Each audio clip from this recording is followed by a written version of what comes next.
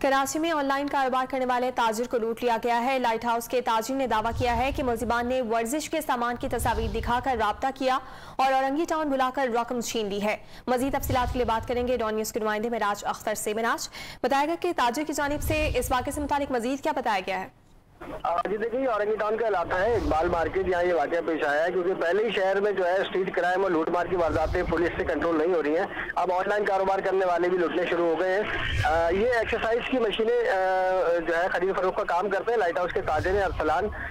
इनसे ऑनलाइन जो है एक शख्स ने बताया कि कुछ सामान मेरे पास मौजूद है औरंगी टाउन के इलाके में, वो मैं फरोख्त करना चाहता हूँ। उसकी तस्वीरें भी दिखाई और जब 1 लाख रुपए में सौदा तय पा गया तो उन्होंने कहा कि डिलीवरी के लिए आप अपना बंदा और पेमेंट भिजवा दें।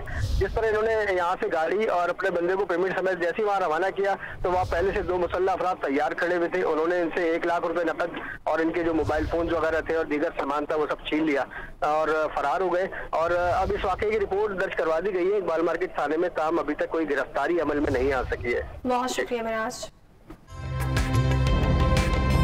ताज़ा तरीन वीडियोस के लिए हमारा YouTube चैनल सब्सक्राइब करके बेल आइकन प्रेस करिए ताकि आपको मिले हर अपडेट सबसे पहले।